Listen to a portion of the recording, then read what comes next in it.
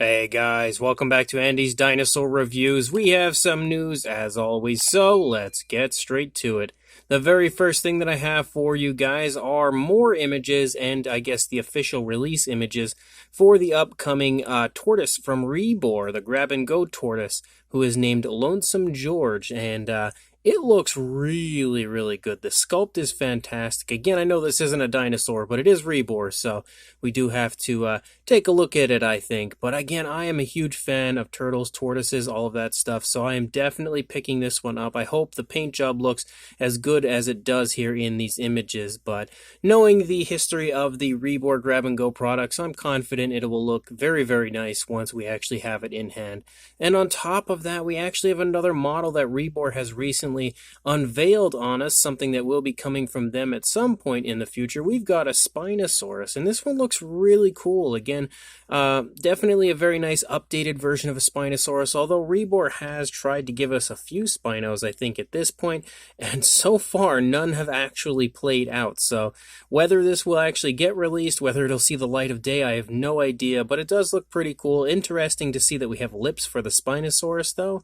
I don't know if they're going to be doing a lipped version and a lipless version like they usually do, or what exactly will go on with the Spino, but it definitely looks really nice, and I'm excited about the release of this one. And then when it comes to Artic figures and the release of Fang and Spear, you can see the Primal figure that he is working on. It's our first chance to really see some nice images of the figure itself. He is offering this unpainted, but there are also a very limited amount of painted figures, I believe, on his Etsy shop. So if this is something you are interested in, definitely check out the link that I will include in the description to the Primal figures where you can grab one for yourself, and they look great. I think he's done a phenomenal job on the sculpt of both of them, and I am very much so looking forward to acquiring mine and getting it in hand and taking a look at it, of course, for you guys within the next couple of days to a week or so, hopefully.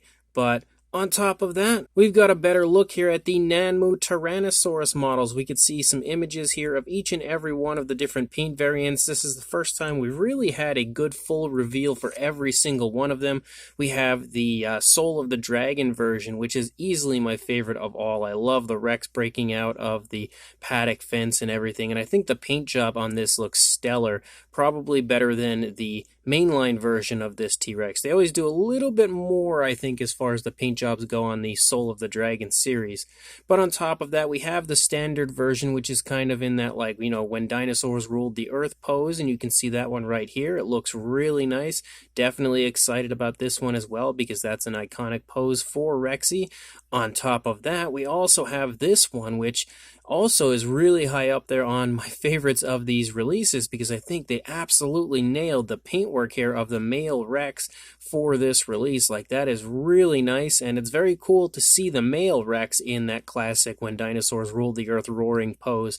And then we also have the red Rex, again, the novel type version of the T-Rex, which is easily one of the coolest things I think Nanmu has ever come up with when it comes to one of their releases, one of their alternate paint schemes. I really love the fact that they went for that kind of novel style version of a T-Rex, and it looks absolutely gorgeous here on their version. So really excited for the release of all of these.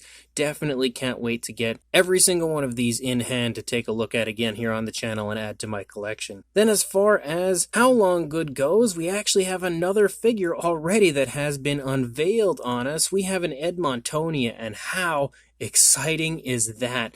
We have so few Edmontonia figures out there, and it has been forever, it seems like, since we actually got one, so that's really exciting. There are two paint variants, which you can actually see here with this image on the side of the box, and we haven't had a full good reveal, you know, with numerous galleries or anything of this quite yet. I'm very excited to see those, though, because just from these few images, I'm super hyped for this release, and again, I think the figure looks awesome. And then when it comes to the Jurassic Jurassic Park 30th anniversary, we have this interesting model which is popping up, and we have like an anatomy-style version of Rexy, so definitely thinking outside the box on this one. This might give some people some nightmares, I'm not sure, but it looks really cool. I believe it is a limited edition. I don't know what the limited edition number is, but it's definitely a very interesting looking version of a Jurassic Park style T-Rex, and I honestly wouldn't mind having one in my collection because it is so different, so unique than many others that we've seen in the history of Jurassic Park T-Rex models. This one definitely stands out, that's for sure. And then a thank you goes out to Dino Mike Mac for these images, but we have our very first chance to get a look at the upcoming kind of hand puppet from WoW Stuff for the Jurassic Park 30th anniversary. They are going to be releasing a real FX baby T-Rex. They did previously have a real FX baby Velociraptor Blue, which I have reviewed here on the channel, and I absolutely am intending on getting my hands on this one and reviewing it as well. It looks extremely cool from this image. I definitely would like to see more angles of it and everything because we don't have the best angle of it for this image, but it looks pretty darn cool, and as you can see, it will be available in August of 2023. And again, thank you to Dino Mike Mac, but we also have this, which is very interesting. There is going to be apparently an Eocarcharia plush figure, and I feel like that's maybe one of the most random things that has ever been released by Mattel, because it's like, what a strange species to choose for a plush. And we don't really have a whole lot of images or anything to go off of here, but we do have this one where we can kind of get an idea of what the figure looks like. And if you are a plush collector, very interesting choice to potentially add to your collection. And then another Mattel release that is coming out, we had our first chance to really get a good high quality look at some of the minis that we'll be releasing. This is thank you to Collect Jurassic. You can see a large portion of these are repeats, as they usually are when it comes to this line, but there are definitely some pretty cool ones in here. Again, we've got this nice image here showing off the Bistaheavesur as well as the Boreala pelta, which are two very cool species choices here for the minifigures. And then on top of that, we also have this, which is the Elasmosaurus and Nothosaurus. So super exciting to see these figures. Definitely can't wait to get my hands on at least the new species in this newest round of minis. We've also got ourselves some new pop-ups that have been revealed. We've got a repainted Allosaurus, another Atrociraptor, as well as a very cool-looking Pteranodon, which I actually kind of like, and an Indominus Rex. So that's the first time we'll see the Indominus joining the pop-ups, so that's pretty cool. Again, not a massive fan of the pop-ups, but I will say all of these actually look kind of nice. I definitely think that the paint apps and everything on these guys look pretty darn cool overall, so pretty excited for the release of this wave of pop-ups, even if, again, they're not my favorite thing in the world. And the final thing we have, again, as far as Mattel goes, and a thank you goes out to Dan Surprise for these images, but it's our very first chance to really take a look at the upcoming Mamenchisaurus. We have some images here of the Mamenchisaurus, and it looks pretty cool. Nice naturalistic paint apps for it. I think it looks very nice as far as the paint apps go, and the sculpt, of course, is phenomenal because it's a Mattel sauropod. How can't it be?